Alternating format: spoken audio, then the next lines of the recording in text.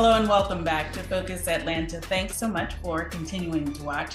It is, I know, it's already kind of back to school time, all right? It goes quicker and quicker every summer. Well, there's some things that parents need to prepare for, not just academically, but also on the health side. I'm here with Allison Hewley. Hi, nice to see you, Keisha. So much for making time for us. I think that it's top of mind, obviously, because healthcare and taking care of the kids is always top of mind. But for school, you may need to look out for some other things. Can we talk about that?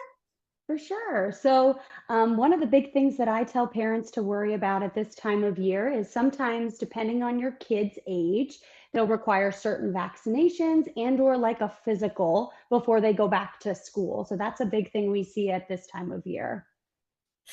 When you're thinking about making those appointments, what type of things can be done at a minute clinic? So yeah, we offer both of those services at our Minute Clinics. The physicals typically consist of just a head to toe and then going over some past medical history. Immunizations as well. You can typically use your insurance and get those vaccines covered for your child.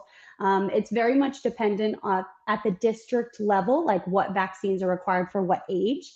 So it's good to look into that as far as your child's age and what grade they're going into. Well, can we talk a little bit about some of the most common back to school illnesses that perhaps should be top of mind?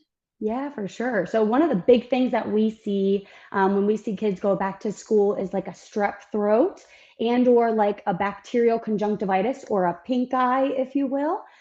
Just because those are spread very easily with kids touching each other, touching things that they share. It's very common.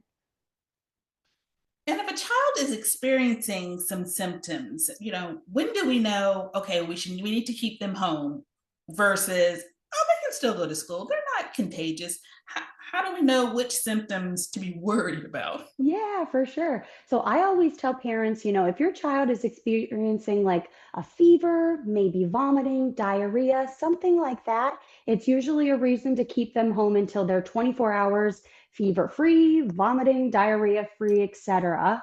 And yeah, if you see your kid with like a common cold, they're having a little bit of a runny nose, that's typically okay. But if you ever have a question and you're wondering, we are available to assess and kind of determine which illness we think is what your child is experiencing.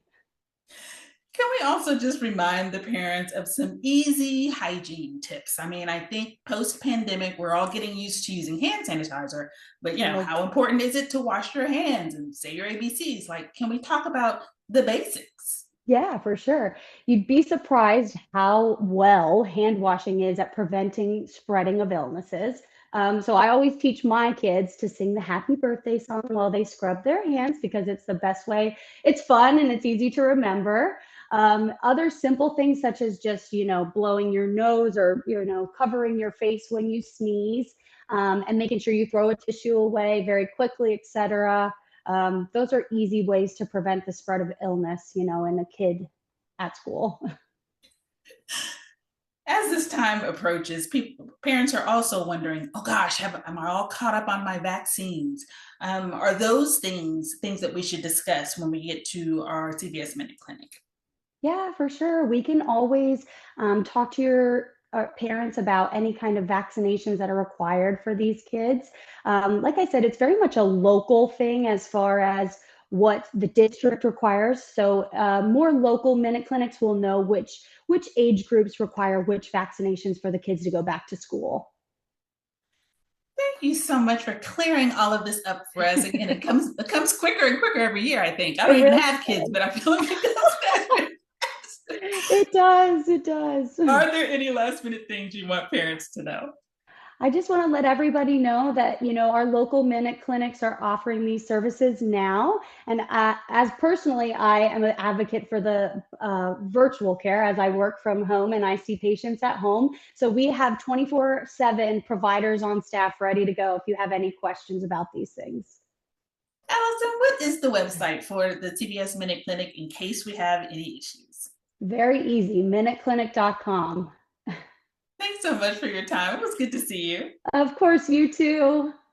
All right, guys, it's back to school time. I know it seems like it gets earlier and earlier every year, but we want to be prepared. We want the kiddos to have a good school year, so we better start off right, right? Make sure that they're healthy and they're making sure that they're washing their hands and using sanitizer and doing all of the things that keep them healthy throughout the school year.